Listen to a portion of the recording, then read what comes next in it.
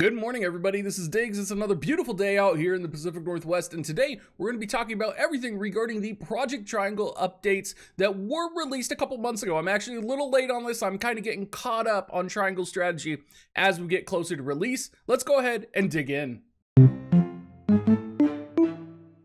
So many of you will probably remember that on the release of Project Triangle Strategy, there was a survey that was actually sent out to players who downloaded the demo, or an option to submit a survey, and all of that data was kind of put together, and they actually released this survey data on in September earlier this year, along with the changes that they're actually going to make to the game. So the changes to the game are kind of what we're going to cover in this video. They did also change the name of the game. Previously it was kind of always known as Project Triangle Strategy. It is now releasing only under the name of Triangle Strategy. So I'm assuming it's no longer a project, and it is probably pretty close to completion. So what's changed? What are they adjusting in the gameplay that's coming out here? Well, one of the biggest things was loading times. If you played the demo, there was a ton of loading times. It was, it was okay, and it was to be expected, right? It was a demo release, it was on the Switch, and it was a beautiful game, very similar to Octopath Traveler, if you have played that game. But the loading times were killer. So they are updating the loading times, and they've actually made them 10 seconds shorter, which doesn't sound like a long time, but if you're sitting there waiting for a game to launch between screens, 10 seconds is a huge time. That's a huge amount of time. Their goal also by launch is to shorten it even more. So hopefully, we'll be able to get this to go a little bit faster. And by PC launch, I would hope it would be almost instantaneous. They haven't said anything about a PC launch, but it's speculated that since Triangle Strategy is coming out on March 4th, 2022, that there will probably be a PC port very similar to Octopath and games like this sometime in like July or August of this year. In the debut demo, it was necessary to return to the world map after seeing an event. And this is something that was a little bit annoying.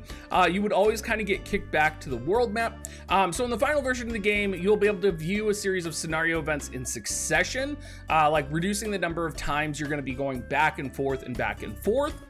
Autoplay and skip features have been added, and I think this is one of the best quality of life they could have kind of implemented into the game, because there's a lot of dialogue, and a lot of the time when there's dialogue, you just kind of want to sit back and kind of enjoy it. You don't want to have to press the button every darn time.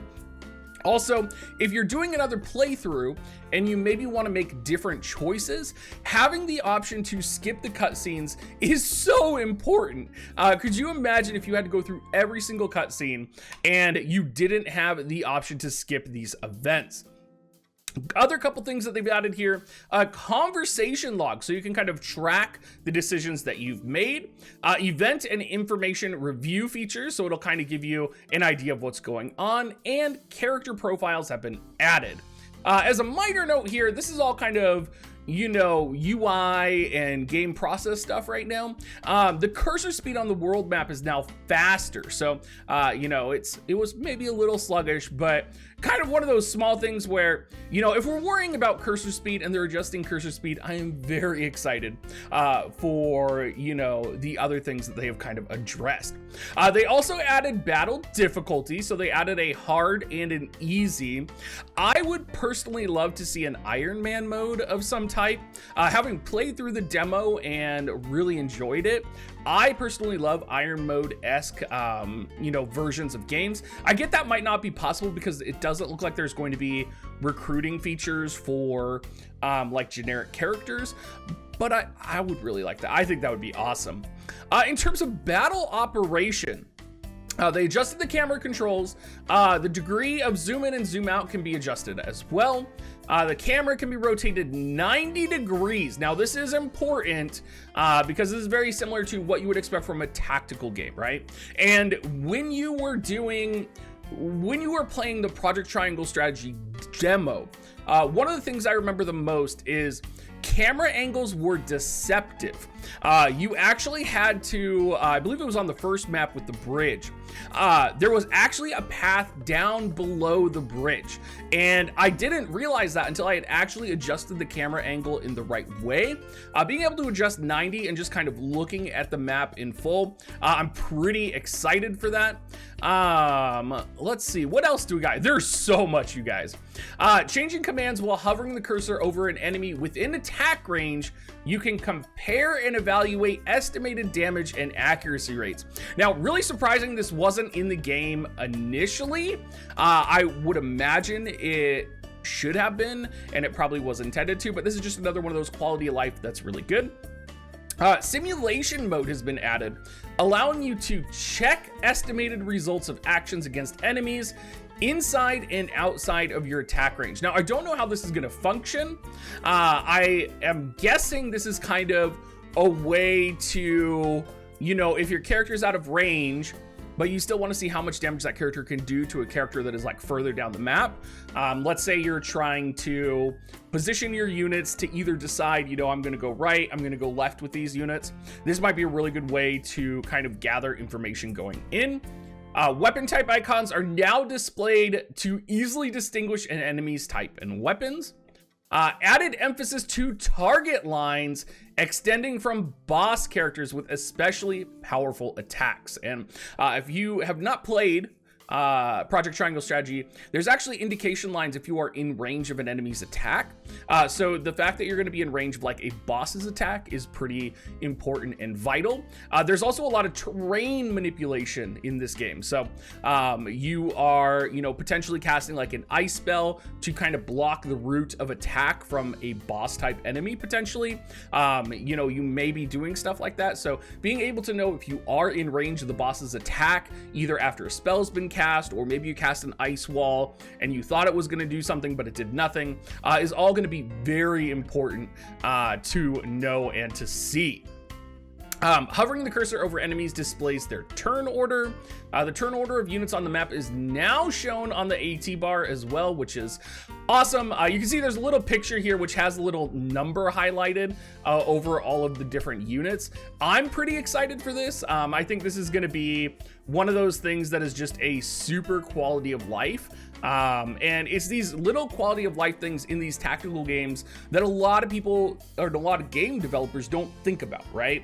You know, you release the game, you know, down the road, and then you're like, oh man, that would have been really good to implement. So I'm glad they surveyed and gathered this data and they're implementing this now. The location of the command window during battles has been changed to improve visibility, and more options have been added for screen visibility, effects, and controls. So, you know, that's of course going to be a lot of accessibility features, which is great, and I'm excited to see what those are. We'll definitely do a full review of them when the game is released. I'm hoping it lets you change colors. Changing colors would be awesome, just because, you know, I would like to use traditional colors, and I feel like, you know, it could be, you know, it would be cool if I could adjust it to, you know, casting or other type situations. Generic changes and improvements. Controls for Serenoa during exploration phase has been improved. Button input is now required to enter and leave houses. Panel colors when selecting a destination have been adjusted. Adding an icon indicating when a back attack is possible. I like that. I also like this. Added a feature that automatically creates quick save data after a set number of turns during battle. That's so important. You know, if you've ever played a tactical game, especially in Triangle Strategy, the battles are actually longer than what you may be expecting in Final Fantasy Tactics. So being able to have a quick save or auto save feature running during the battle is really important, especially when you consider the Switch as a device is designed to be portable, right? So you're going to be turning it off and on potentially, and you never know if you run out of battery, you know, what's going to happen. Maybe, you know, something might get corrupted or the game might restart or, you know, what have you. So very important to kind of get those things in the works. They implemented gameplay tips, added a screen during battle preparation to show which units are or are not deployed. Great. Added a feature to allow the button guide information at the bottom of the screen to be hidden.